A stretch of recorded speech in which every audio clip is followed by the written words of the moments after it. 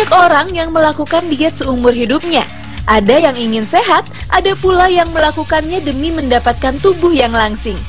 Berikut diet ekstrim yang dilakukan selebriti dunia versi basa-basi. Diet 400 kalori ala Victoria Beckham.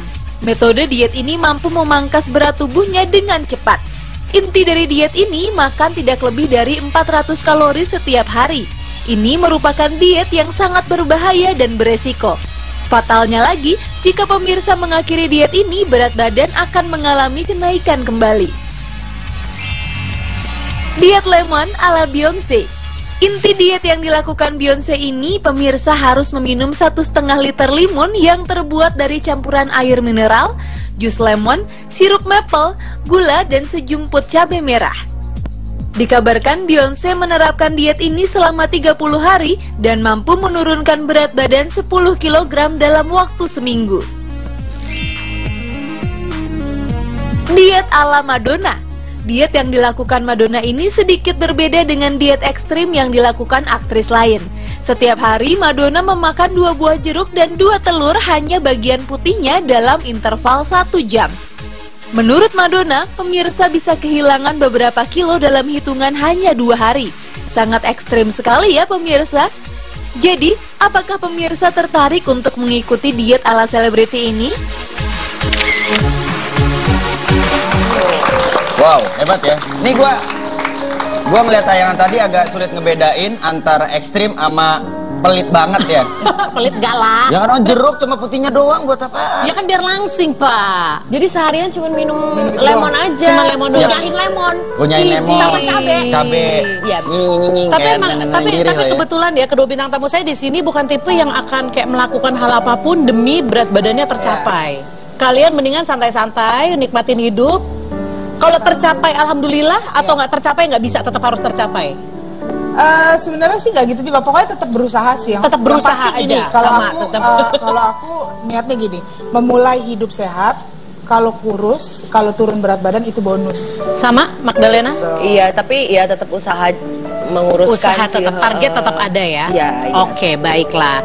Kalau tadi kan si selebritis itu dengan mengatur pola makan. Kalau kita cuma makan 400-500 kalori setiap hari udah pasti langsing. Tapi sehat atau enggak kita nggak tahu. Benar. Nah sekarang ini ada sebuah metode gimana caranya kita langsing hanya dengan pola pikir. Bisa gitu. Gimana? Ngerti, makanya gimana? Mindsetnya diubah banget. Kita lihat ya. dulu tayangan berikut ini.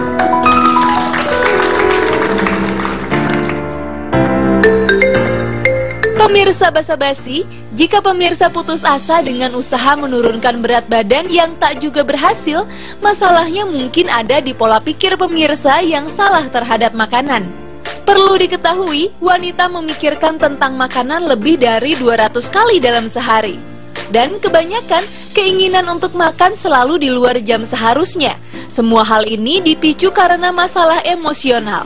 Salah satu kunci agar diet berhasil adalah dengan mengubah pemikiran tentang makanan lewat meditasi. Dengan rutin melakukan latihan yang simple, pemirsa bisa lolos dari hasrat makan berlebihan karena faktor emosional, seperti sedih, marah, bahagia, ataupun kesal. Bagaimana pikiran mempengaruhi pola makan dan apa cara untuk mengatasinya? Temukan jawabannya hanya di Basa-Basi.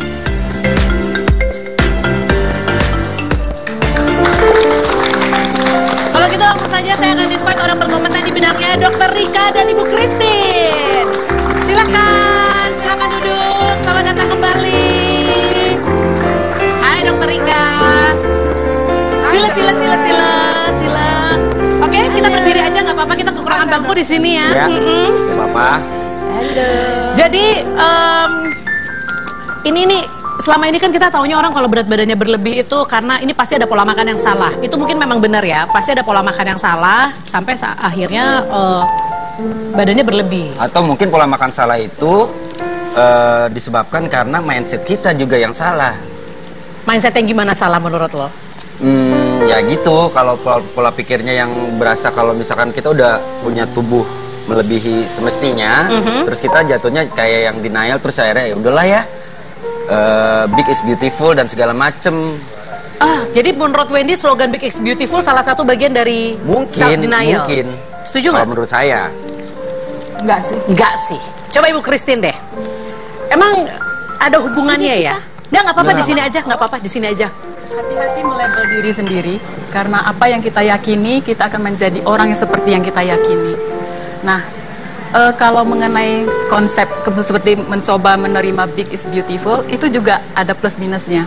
Oke. Minusnya bisa jadi itu adalah self denial. Yang kedua adalah positifnya adalah ini sebenarnya cara dia untuk tidak terlalu stres dengan apa yang dihadapi saat ini. So itu positif. Sampai di situ itu positif sekali. Minimal dia tidak terlalu terpikirkan tentang masalahnya berulang-ulang dan itu akhirnya memberikan satu stresor setiap hari. Beda lagi nanti. Entah penyakitnya beda lagi. Oke. Dan kedua pun kalau penyakit tidak beda akan tetap itu juga. Kenapa? Itu menjadi stres yang baru. Oke. Nah, big is beautiful itu benar. Tapi nah ada tapinya nih. tapi kita juga harus concern dengan hal yang lainnya. Misalnya apakah kesehatannya, seperti tadi Mbak Angel cerita, oke sih, tapi bagaimana dengan kesehatan? Nah, itu juga kita harus utamakan. Jadi, karena kita manusia, kita punya basic insting. Salah satunya adalah survival, keselamatan hidup. Nah, bagaimana kita tahu bahwasanya kita akan survive kalau kita memenuhi kriteria sehat? Oke. Nah, itu tadi. Tapi benar nggak kalau tadi yang sempat aku bilang, ada yang bilang kalau ketika berat badan kita di atas ideal, berarti ada sebuah isu dalam diri kita yang belum terselesaikan. Sepanjang pengalaman saya menjadi seorang hipnoterapis klinis, isu-isu tersebut selalu ditemukan. Jadi ada emosi di balik semua ini. Emosi itu bisa positif dan bisa negatif.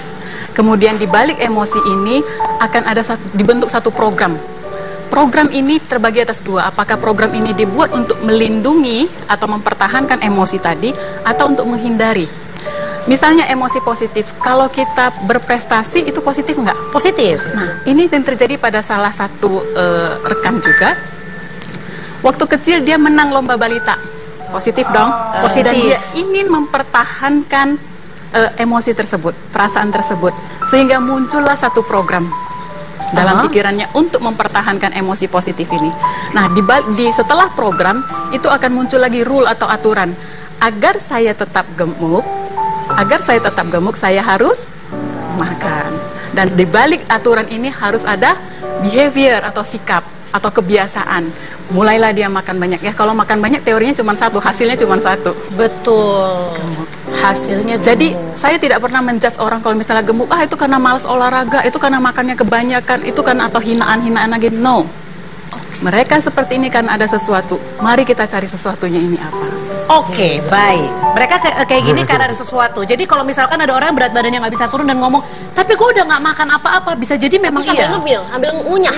Enggak, tapi mungkin memang bisa jadi dia udah diet mati-matian, udah distrik, tapi tetap gemuk-gemuk aja karena ada sesuatu itu. Dan nanti kita akan minta penjelasan juga dari Dokter Rika secara medis, sebenarnya apa sih yang membuat ketika kita mikir atau kita merasa sedih, merasa stres, kok badannya malah gemuk. Padahal menurut Magdalena harusnya kurus, bisa makan. Kalau aku ya, kalau stres, banyak pikiran gitu. Atau setiap orang beda-beda ya. Makanya nanti kita akan temukan jawaban pastinya, jangan kemana-mana, hanya di basa-basi.